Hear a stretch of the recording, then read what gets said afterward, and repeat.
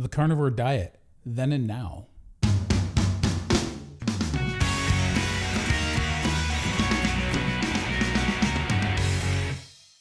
Hey, what's shaking bacon? I hope you're doing well. My name's Bruno Panucci. So I, at one point, lost 160 pounds doing this zero-carb carnivore diet way of eating.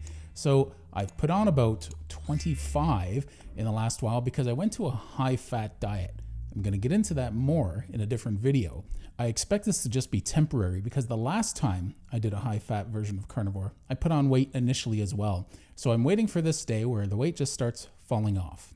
I originally did this because I got to a plateau, so I'm technically down more like 135 to 140 pounds right now. Now I am working out with weights, so part of this weight I've put on is lean mass, so we can't discount that. I'm going to be going for a BOD/POD exam in the next month or two. It tells you how much body fat percentage you have to lean mass, and the lean mass is muscle as well as bones. So we want to keep that in mind. Lean mass just isn't muscle. So when someone gets a DEXA scan done and it says they have 200 pounds of lean mass, it's not 200 pounds of muscle. That's 200 pounds of muscle plus. So I've corrected a lot of my health problems, but not all of them. Some of them still have a ways to go. For example, my weight, I still have about 80 to 90 pounds to go. I think I want to land at around the 240 marker. So I'm not sure. Play it by ear. If I'm weight training, 240 will be a great weight for me. Now I've corrected a lot of my health problems on top of my weight, which is still ongoing, of course. And I'm going to have to actually read them off a list because there's quite a few health conditions that have either gone away completely or have gotten dramatically better. So we're going to start with gout, high blood pressure, plantar fasciitis, high blood sugar, heart attack. I had a major heart attack years ago. Low HDL. I've lost up to 160 pounds on this, and I've probably leveled off at close to about 140. High triglycerides, chronic back pain, a high heart rate, kidney stones. My snoring was really bad. I would fall asleep and everyone knew it. If I fell asleep watching a movie with a bunch of friends, everyone knew it, and they had to put up with my snoring all the way through it. And there were lots of times I started snoring and I didn't even realize that I fell asleep. I was so sleep deprived, I could fall asleep at the drop of a hat. And that's before I got a CPAP or HPAP machine. But it made a difference with my sleeping, but the pressure at the time, I was at a 19 out of 20 for pressure. Now my pressure is really low, but because of this last 20 to 25 pounds I put on, it's made my snoring a little worse. I have to go for a sleep study in the meantime because I think it needs to be adjusted anyway. Apparently, I still stop breathing periodically through the night. And one of the worst day-to-day things, believe it or not, was low energy. So all the other things usually were hanging around in the background, even when I had kidney stones, which was a complication of my gout. Typically, the things that bothered me the most day-to-day were my gout, kidney stones, as well as my joint inflammation. That's another big problem I had. I was stiff all the time. As soon as you go carnivore, most of that goes away within days, even if it's serious arthritis. My low energy, my gout, which caused the kidney stones, and I think that's probably pretty much about it, were the things that bothered me day to day. My low back was an issue that bothered me more years ago, but getting rid of that systemic inflammation in my body, I really have to do something aggressive at the gym to throw my back out. I can do lots of different exercises. I always say I don't help people move anymore because you're moving couches and furniture in really awkward angles around corners and you're going in really weird positions. But when it comes to going to the gym, I could do pretty much anything. I did powerlifting for a while, so I have a lot of strength behind me, but there's a few key exercises I have to take it really easy on, and I need a weight belt to do them, like squats and deadlifts. Otherwise, I get sciatica. And I've had sciatica 3 different times through the years, and I tell you, it's not pretty.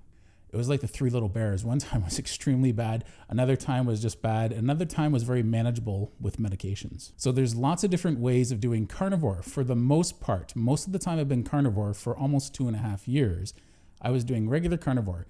Eat fatty meat, just enjoy your day-to-day life, eat when you're hungry, and keep going. And that's how I lost most of that weight. Now, the problem with that is I hit a plateau. So this is where I've been the last year or so. I plateaued in the mid-high teens and then went high fat and I dropped down to 304. And I leveled off there until I had some cheese and a little bit of dairy. Now, I knew it would stall my weight loss a little bit, but I didn't expect it to actually make me put on 10 pounds because I didn't really have a lot. And a little goes a long way when you're trying to lose weight. Anyone who's ever done powerlifting knows you want to put on weight, have raw milk. And I was having some raw milk in that week's time. I was on vacation, so I was still sticking with carnivore foods, but there are carnivore foods I usually restrict because I'm trying to lose weight. Dairy just has that effect on some people. So that's why I've switched what I'm doing. There's lots of different ways to do carnivore. It's not just eating meat and that's it. Right now I'm doing a 90-10 version of carnivore where 90% of my calories are coming from fat and the other 10% are coming from protein. Now it has changed my weight plateau because I actually, like I said, put on almost 20 pounds, but it's helped with my blood work for the most part. My LDL's gone down. Like I said, I'll get into that in another video. But how much longer is this going to take? So lots of people get results with carnivore and they have these before and afters where they lose like 25 or 30 pounds a month. And then they show you their before and after photos and you're blown away because they lost so much weight in 6 months or a year. And some people, it just takes longer. And I'm one of the people, it's just taking longer. And I'm trying to figure out why. And I found out why. I found out a few weeks ago, if you look back in my videos, probably about 10 or 15 videos, that my fasting insulin is still high, even though I've been doing strict carnivore. And like I've always said, not a lick, taste, or bite of anything off a carnivore diet. So this has worked really well for me up to this point, but I have to tweak what I'm doing. So if you find you're doing regular carnivore and you're getting great results, keep going. But if you hit plateaus and they last months, not weeks, because weeks isn't really a plateau. If they last months, something else might be going on. Maybe you need to change your activity level. Maybe you need to change the way you're eating or how much you're eating. Maybe you need to eat more. Most of the time I lost that weight doing carnivore, I was eating 5, sometimes 6,000 calories a day and losing weight. Now I wasn't doing as high fat carnivore as I am now, but I was eating a lot. And it was expensive, but I had a big appetite. My body wanted that food. When I ate too little, I was constipated and I wasn't getting any sleep. And I noticed other weird side effects, like my hair would start thinning. Now I do have a history of hypothyroidism, and that has improved a little bit while doing a carnivore diet, but it still has a ways to go. I'm currently getting that checked through a naturopath. So I want you to keep this in mind. If you're starting a carnivore journey or you're frustrated because you're not getting the results, you just have to expect it might take a while. And it's not that you're doing anything wrong, but you might be doing something wrong for your body type. And you might just need to ask some questions. I recommend seeking out Kelly Hogan as a carnivore coach. You can find her on Instagram and she has a YouTube channel.